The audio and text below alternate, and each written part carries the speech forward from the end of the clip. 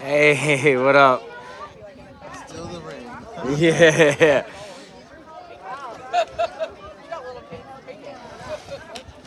What's up, everybody? It's Kendall Ray, aka a walking testimony, walking across America for mental health awareness and recovery. Here to let you know that you matter. We do recover. God is good all the time, all the time. God is good. We are out here in Hoquiam, Washington, at the International Overdose Awareness event. I am about to be speaking here in about 15 minutes.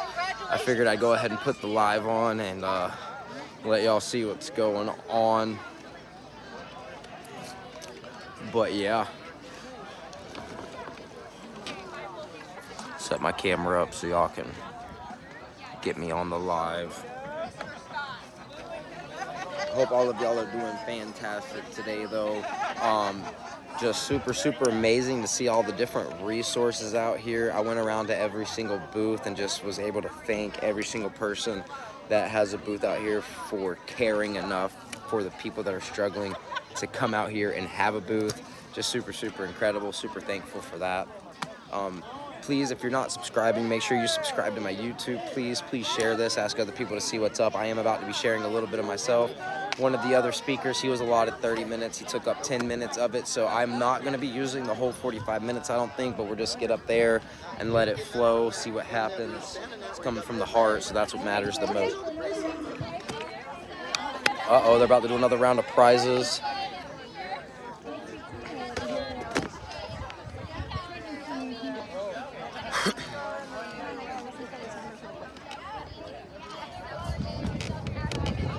Walk y'all around. Excuse it being bumpy.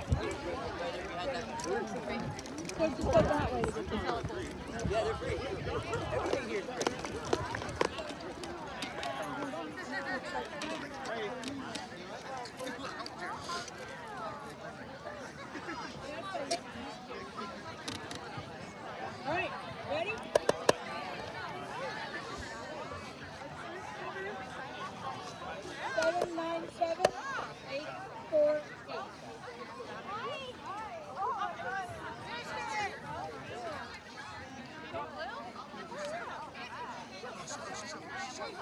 Seven, 9 7 8 4 8.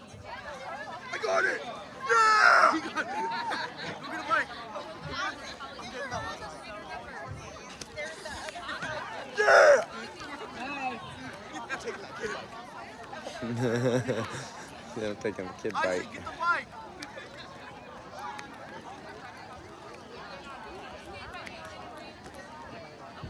It's cool, they got prizes and stuff out here.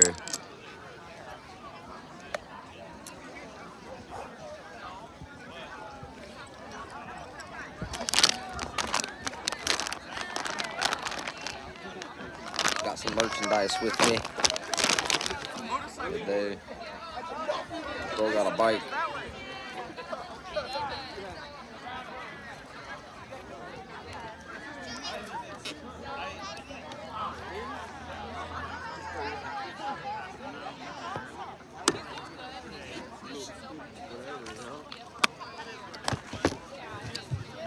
All right. Next one. 797 283. That's me. No, it's not. 283. 283.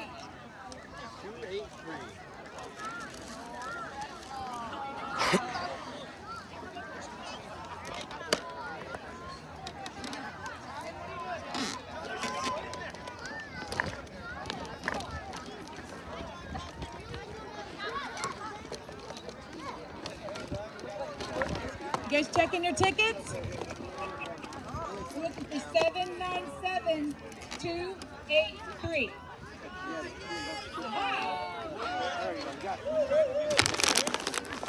Hello. How are you? I'm awesome. How are you? Good. My name's Teresa. Kendall. Been watching your story. It's freaking awesome. Aw, thank you so much. Totally behind you on it. It's great. I appreciate that. That Yeah. really means a lot. Yeah. I'm excited to share. Yeah. A little nervous, but Are you I going to think talk it's tonight? alright. Yeah, I'm speaking here in That's about 10 great. minutes. Yeah, I'm a local CASA, so a child advocate for kids' independency. Oh, okay. So sometimes my parents are around here, and my kiddos' parents. So it's kind of a fun event to come to. It's lip bonding. It's awesome. There's a lot of resources out here too. Yes. I love it. Yes. Just gotta get with the right one. Right, exactly. Well, Exactly. keep going. Thank you so much. I Congratulations. appreciate it. God You're bless. welcome. Come on, baby. People are so great. There's so many amazing people out there. Guys, we're going on here in 10 minutes. Hello. How are you? Kendall. Oh, okay. Nice to meet you. Sorry, I've been everywhere. No, all day What was a today. wonderful. You're the original inviter to this, right? Yes. Heck yeah. Thank you. Right on. Yeah. Thank you so I'm much. excited you were able to make it. Me too. I'm glad. It's awesome. Have you been able to meet everyone? I went our to community every partners? booth and told them thank you just for doing what they do. Yeah. It's incredible. There are a That's lot of so great. resources out here. Yes, that's It's incredible. the whole purpose is getting people connected. That's and awesome. Families involved too, because it's a youth and family event. It's not for one specific age group. Absolutely. You know? Unfortunately, depression, addiction don't discriminate No. on exactly. any age, Yep, color, yep. race, I anything was like that. we need everyone educated. How do you spot it? How do you get help? You know. So- Unfortunately, you have to put the younger people Yes. on Well, the I mean, information now. My oldest son is 12 years old, and he just went to junior high. But our school is junior, senior high. Oh, so wow. it's all combined from 7th through 12th grade. Wow. And I'm like starting to talk to him about those things because it's like he's gonna be exposed at Right some in point, it, yeah. earlier than you would think. You know, so. Unfortunately, Yeah. it's scary, but It is, yeah. It's pretty cool It's- that you were able to make it here. I on know, the right day. I know, was and like, it worked I out. saw your stuff for like weeks, like on Facebook and friends like sharing stuff, and I liked your page, and I was like, oh, this is so cool, you know.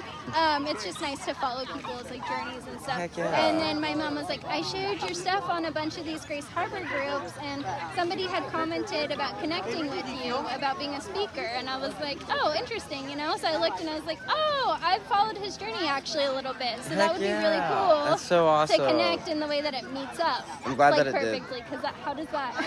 I'm glad it did. And Yeah. just in the last couple of days talking about it, I think I already have other speaking event lined Wow. up in the future, Yay. possibly. People have already asked about, I think something in Salem, Oregon, something in Pendleton, Oregon. Like, I don't know if I'll be able to make it to all the events, But you're gonna try, right? I'm getting- or at least get it on the roster. I Yeah. pray almost every morning on my daily prayer that God opens more doors for more speaking opportunities, and that's just prayers I mean, this being is a answered, start, right? you know. So. Yeah. Yeah. So I'm pretty That's excited. so exciting. Well, Heck thank yeah. you so much. Thank I know you. that you are next. She's finishing up private. And I don't have to take a whole 40. No, you're good. You're free to speak as long as you want. Okay, cool. I promise. Right You're on. Not, Sounds good. yeah. That's yeah. I even asked the other guy that went up. He was like, yeah, I only spoke for 10 minutes and they gave me 30. I was like, okay, cool. It makes me feel a little better. And we had one speaker that wasn't able to come due to like an emergency Oh. procedure and stuff. So really, I mean, take the time you need.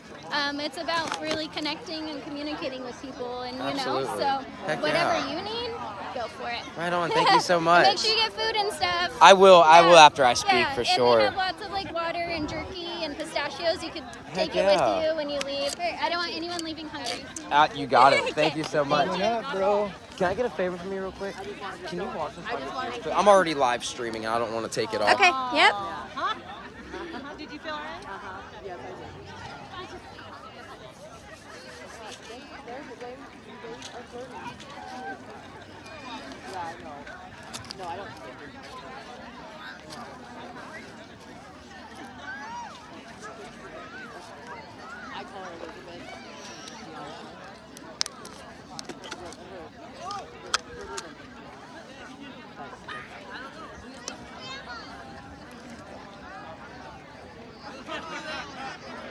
Are you leaving? Oh, my mom just got here, so. Oh, you're gonna go find Grandma?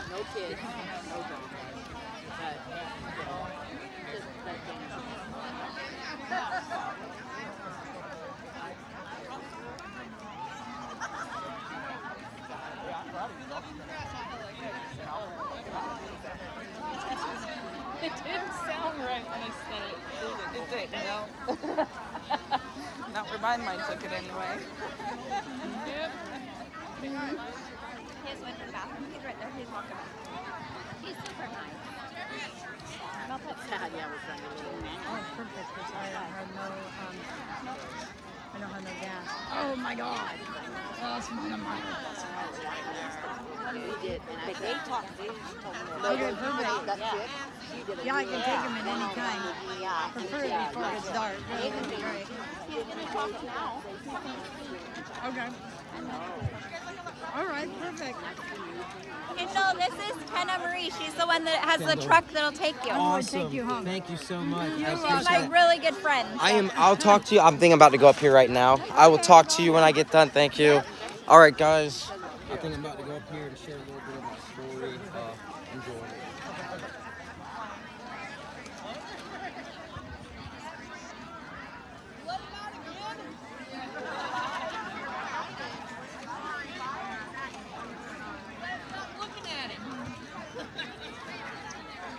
Okay, everybody, time for another speaker. We've got a really special guest today. A walking testimony is here to speak. He actually reached out to us because this is something near and dear to his heart. He would like to speak to you guys about his journey. Hello? Yeah. Come listen to some amazing recovery.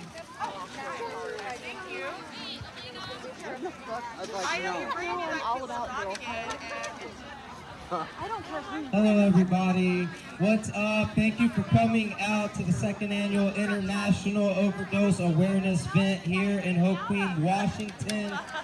Oh man, hey guys, we do recover and it's awesome that we do. First, I just want to say thank you to every single stand that you see out here that came to set up. This is a lot of resources in the mental health and recovery community. And for anybody struggling that feels like you're alone or hopeless, there's resources all over here for you. Make sure you go check out those tents, and to every single person that has dedicated their time and part of their life to actually come out here and try to make a difference for mental health and or recovery, thank you so much. All of y'all are so awesome and appreciate that y'all care about lives. So I'm going to share a little bit about my story. I have my card over here. If y'all see the You Matter sign right on the front of this cart, I've been pushing this cart across America since January 1st, 2022, last year, with my feet in the Atlantic Ocean for mental health awareness and recovery. I walk in remembrance of the beautiful souls that have lost their lives to mental health and or recovery issues, and for the ones that are currently struggling with mental health and or recovery issues. I don't just walk because so many people are losing their lives and so many people are struggling. I walk as somebody that has personally been down that destructive lifestyle. The last 15 years of my life, I have dealt with addiction, depression, and a life of crime. I have tried to end it twice. I've overdosed numerous times. I've lost my heartbeat. I've had seizures. I've been in and out of county jail 11 times, in prison twice. The first time was 18 months. The second time was 5 years in prison. I got out of prison on the 5-year sentence November 6, 2021, and then I took off on this walk across America on January 1st, 2022. I was out for less than 2 months before I took out on this journey. Now, it's crazy because what started with me wanting to walk across America had nothing to do with mental health and or recovery. It was 2013. I was doing a year in the county jail. I came up in Clay County, Florida. I came across a newspaper article titled "America on Foot" about a guy named Harrison Melanian who had walked from Tallahassee, Florida to one of the coasts in California. I fell in love with the story. In jail, we didn't have TVs or anything. All we had was the newspaper. So, I fell in love with reading the newspaper every day. And that was one of those stories that was so inspiring that I decided to keep the newspaper clip and everything like that. So fast forward early 2014, I get out from doing that year in the county jail. I get on Facebook. I find America on Foot. I send him a message. I was like, hey, I was in county jail. I read this article. I love it. Really, really cool. Can you tell me a little bit about it? It was a couple days later. I remember him reaching out on Facebook, and I thought it was a really, really cool thing. So he reached out, we talked a little bit about it, and he was like, man, this was a life-changing opportunity. I highly recommend it for anybody that ever has the opportunity and the availability to do it. The only thing I would have done different was walk for a cause. And I was like, ooh, that's good. I was like, okay, cool. So after I'm done talking to him, I get on Facebook, and this is still 2014. I put a post on Facebook, hey guys, I'm thinking about doing a walk across America from Florida to California. You know, but I want to do a walk for a cause. Does anybody have any good ideas? And a bunch of people were just commenting stuff, and you know, my heart, at that point I liked the idea of wanting to walk across America, but not actually wanting to walk across. And it's crazy because I can relate that with addiction. There was so many years that I liked the idea of wanting to get clean, the idea of restoring relationships and stuff like that, but I just wasn't ready to change. I wasn't ready to give it up. So even though I liked the idea, I obviously didn't really want it because I continued down that lifestyle. So I try to put together this walk for two totally different causes. I tell everybody I'm going to take off January 1st, 2015 with my feet in the Atlantic Ocean at Jacksonville Beach, Florida. Everybody I met in person, I would tell them, hey, this is what I'm going to do. I'm walking across America for these causes that are completely irrelevant to what I'm walking for now. The only issue is I was still on the drugs. I was still living a criminal lifestyle. I still didn't care about myself or the people around me. I was still living a destructive lifestyle. Like I said, I liked the idea of wanting to walk across America, but I did tell myself that I was going to do it one day. So a little bit later in 2014, I ended up getting arrested. I got put on probation. Some crazy things happened, and that set me back from being able to take off January 1st, 2015 to go walk across America. So I decided, hey, you know, I'm going to finish my probation. I'm going to push this walk back 6 months. I'll take off either June or July, and then we'll, you know, go from there.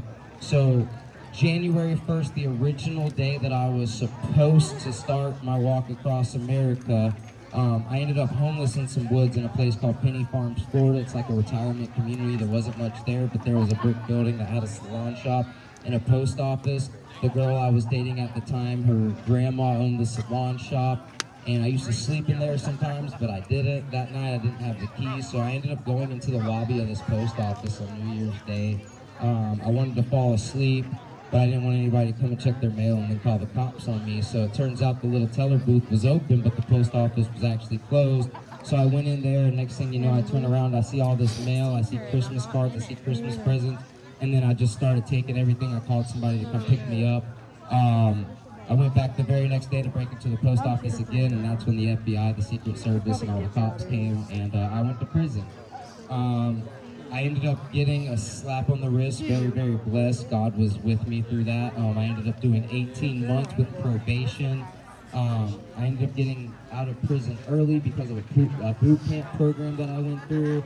I was doing really good, but still my mind wasn't in the right spot. Still in the back of my head, I was like, man, I can't wait to get back and, go meet up with the wrong crowd and go do the wrong thing.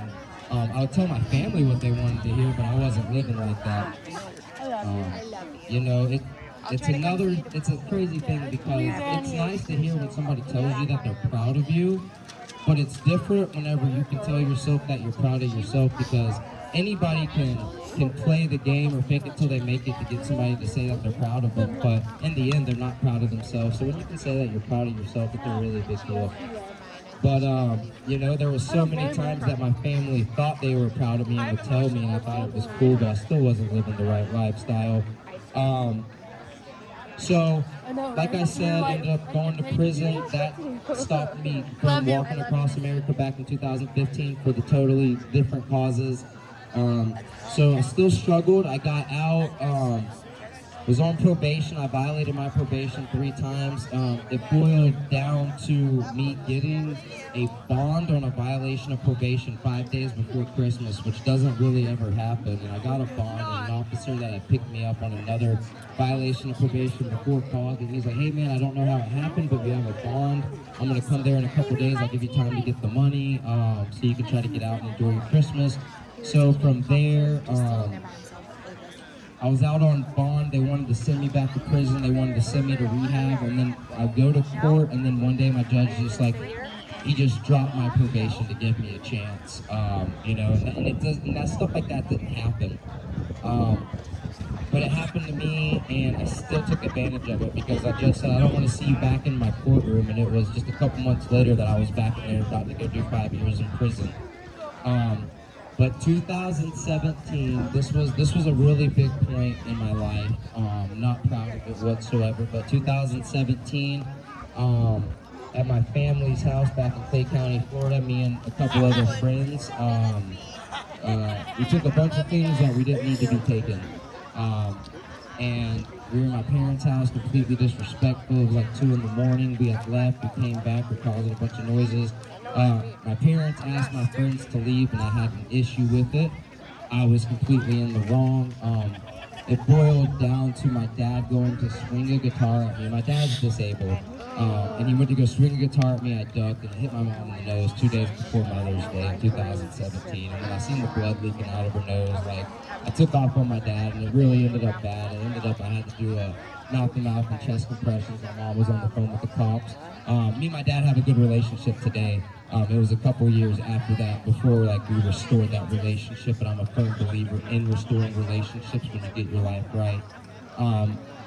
So I ended up going back to, or that happened, I was homeless. So while I was homeless, I was doing crazy things. Me and 2 other people went kicked in a drug dealer's door that had just been robbed the month before, so they had hidden cameras inside their house, and we ended up getting busted.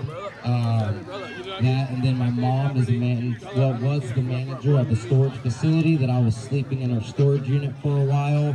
I decided to break into a bunch of the units at her work and took somebody's like $20,000 guitar collection, and I just did a lot of crazy stuff that I'm not proud of. That led me to doing 5 years in prison, another slap on the wrist because I had just got out of prison less than 18 months earlier, and if you get out in prison where I'm from within 3 years and you catch a serious charge, they have every right to file something called the Prison Release Reoffender Act. And if they file that, you have to do the minimum mandatory with no game time or anything. So I remember one day my public defender calls me on a little Polycom TV screen, and she was like, hey, the state's attorney's talking about filing PRR. You're looking at doing 15 years day for day. And I hung up. I was like, no, you got me messed up. Hung up on her. Next thing you know, I go to court and I end up catching 5 years with game time. That was another slap on the wrist because I had just caught in a bunch of felonies. I don't have a good record. Not proud of it, but it did make me who I am today.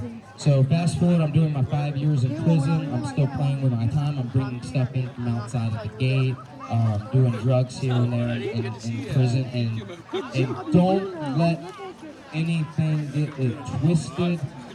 Prison is a place where you can get whatever on the streets just as easy. It is not a place to help people struggling with addiction because it's in their face. And there you might go to confinement for 3 days. You don't catch another charge when you're locked up most of the time. So one thing I learned is it's not about who to go to, it's about what bunk in the room you got to go to. And so it's all around you.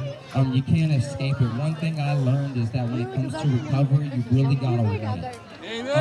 My judge, when I got sentenced to that 5 years in prison, my mom raised her hand in the courtroom. I had character reference letters. So my mom was standing up there with me. She raised her hand and said, Your Honor, can I say something? The judge was like, yeah. He's like, I know you're sentencing to 5 years in prison, but will you please sentence him to rehab afterwards? And I'm looking at my mom like, come on, I already got to do 5 years. I don't need any more time. But the judge, you know, he was on my side, but not for the reasons that I wanted. I didn't want to do extra time. The judge looked at my mom and said, hey, check it out. He's been on probation before.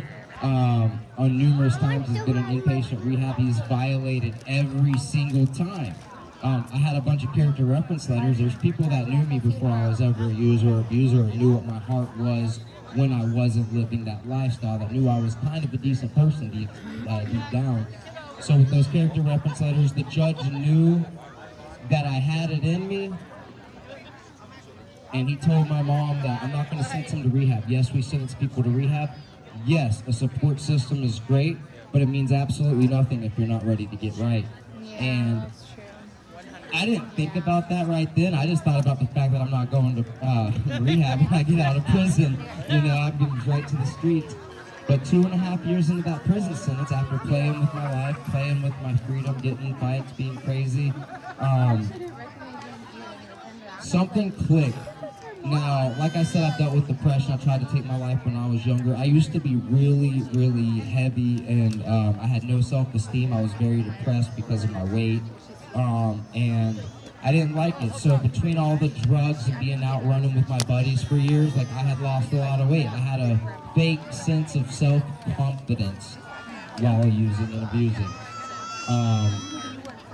And it's crazy because that time in prison, I gained a lot of weight back, and the buddies that I talk to, the acquaintances you have in there, the ones that you call your boys your friends in prison or whatever, the ones that I talked to were the people that worked out the most elite people on the compound, and they would ask me to go out there with them, and I never would.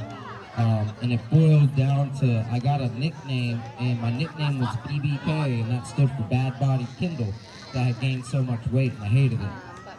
But they all thought it was funny. I would joke around with them, but deep down I did not like it. So it was the same people inviting me to go out there and change my life. So I decided one day to actually go out there. Now I went from when I started with these guys doing like a 12-minute mile running to like the fastest mile I ever did with them was 5 minutes and 57 seconds. I went from being able to barely do 10 push-ups to 100 burpees straight, and I learned what I was capable of when I put my mind to it. I learned mind over matter. I learned what self-discipline and self-motivation is. I started doing things I would have never done before. I wrote down goals. There was one period we had these little mirrors, like yay big in prison, that for 60 days I wouldn't even look in the mirror. I wrapped my goal sheet around my mirror. I would not look at myself for 60 days because I wanted to see what the improvement was like, and it was insane. And I felt so good about it. So that was a lot of my life change. I started reading my Bible every day. I started meditating. I was already working out. Just got on a whole grind. I felt so good about myself. I loved the person that I was becoming. Fast forward, I'm doing a year in work release, my last year in work release. If you're not familiar with work release, I stayed at a facility. I was still a product of prison, but I had an ankle monitor on. I got to wear real clothes. I had a cell phone. I just had to stay at this facility every night. I had a 2-hour bus ride to work every day and a 2-hour bus ride back, and I had to go to work. I had to call them when I left, everything like that. They keep like 90% of the money that you earn. It stinks, but hey, I had to go through it. It was a part of my life. Now, while in work release, it was, there was this girl that I was talking to, and she was coming to see me for my job. She was in the free roll at the time, and she was coming to see me, and I really liked her. I thought things were gonna happen and all this, that, and the other. Well, it turns out the father of her child was in prison at that time too, and when she was talking to me, well, he ended up getting out of prison. She leaves me to go back to him. Unfortunately, both of them and one other person have just pled guilty to second-degree murder recently.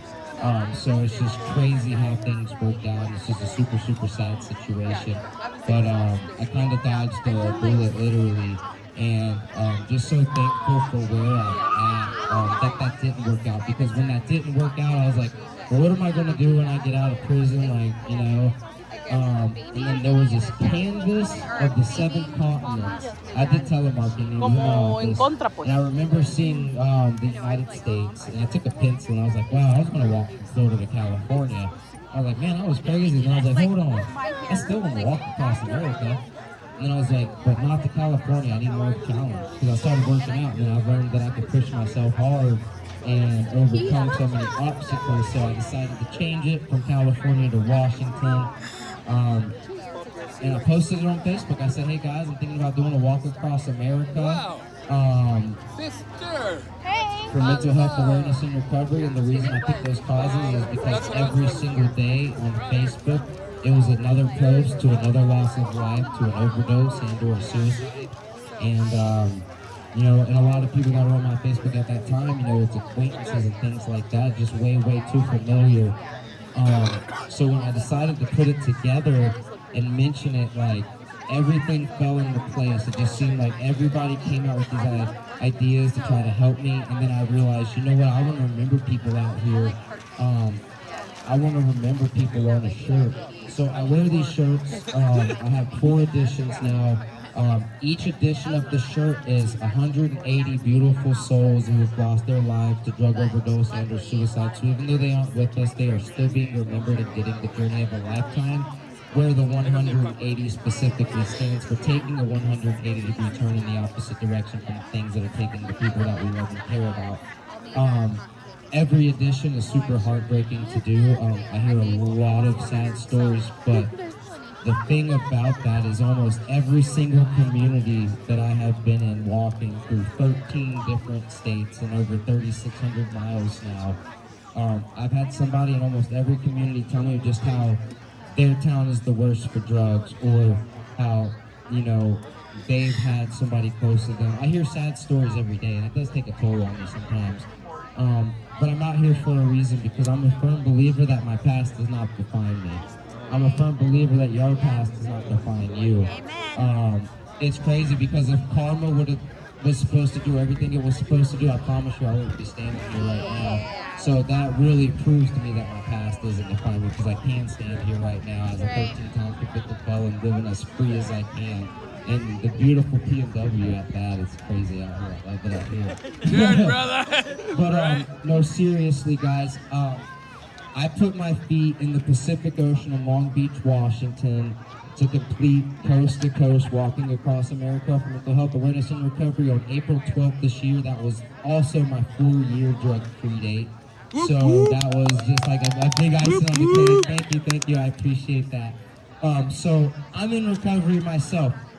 I've tried to take my life, I'm still here. I believe that every single one of y'all matter. Amen. If there's anybody out there today that is dealing with any depression and or suicidal thoughts, I want to let you know that whether I know you or not, I love you, I care about you, you matter, you have purpose. Thank you for existing today. Amen. I hope that things get better and that you get to go out there and enjoy your life to the best of your ability, because you deserve it.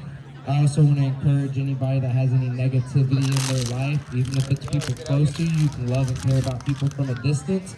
You deserve to have your own peace of mind, because mental health matters. Amen to that. Come Y'all on. all matter, and we do recover. I want to lay down some statistics for you. This is Overdose Awareness event. Fentanyl's dropping people like flies, guys. It's so real.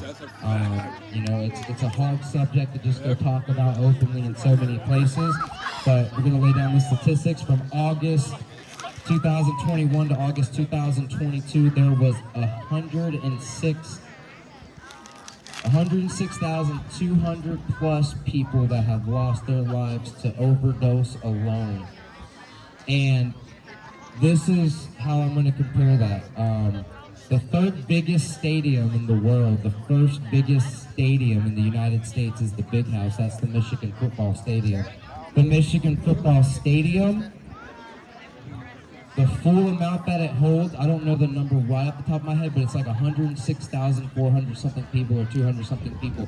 The approximate amount of overdoses was less than 300 different from the amount of people that the biggest stadium in the United States holds at one point.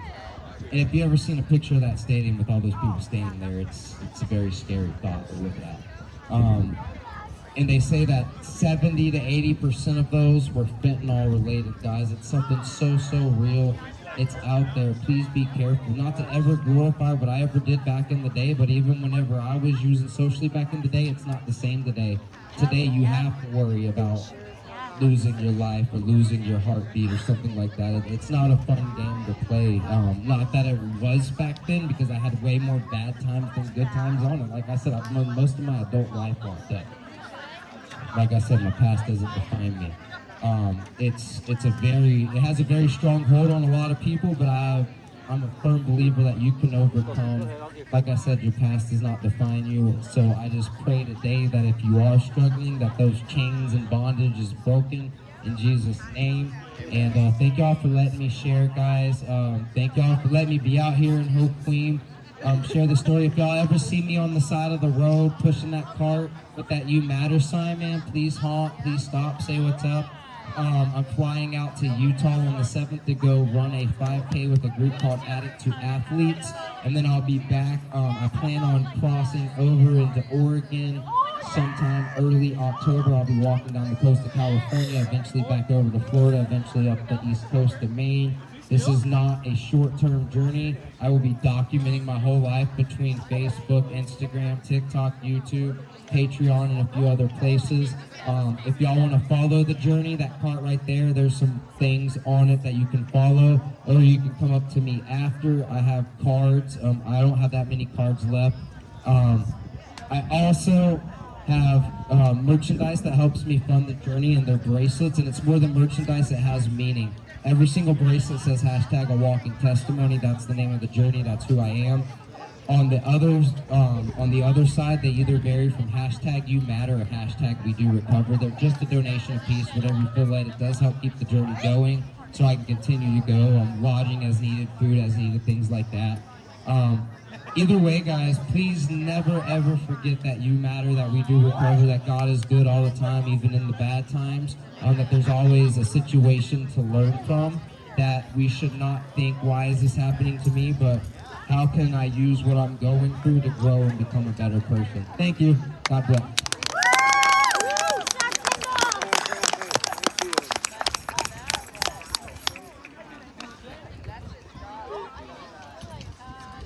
Well worth my butt being asleep. Do you need help? My leg is dead. All right, you guys, we're going to do another raffle here in a minute after we grab tickets. Pull out your tickets and start looking at the numbers. Warm them up.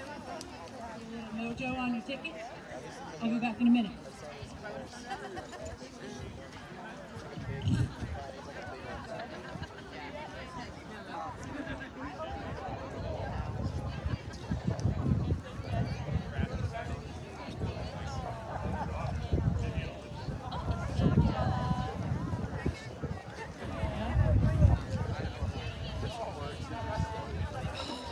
I think I sat on the ground for too long. What? What's up, everybody? Ken Gray, aka Walking Testimony, walking across America for mental health awareness and recovery. Just got to do speaking. The speaker event at Hoquiam at the second annual awareness event. Guys, don't forget that you matter. God is good all the time. Go out there, let people know that you love and care about them without enabling them to continue down this lifestyle. Thank you. Good job, brother.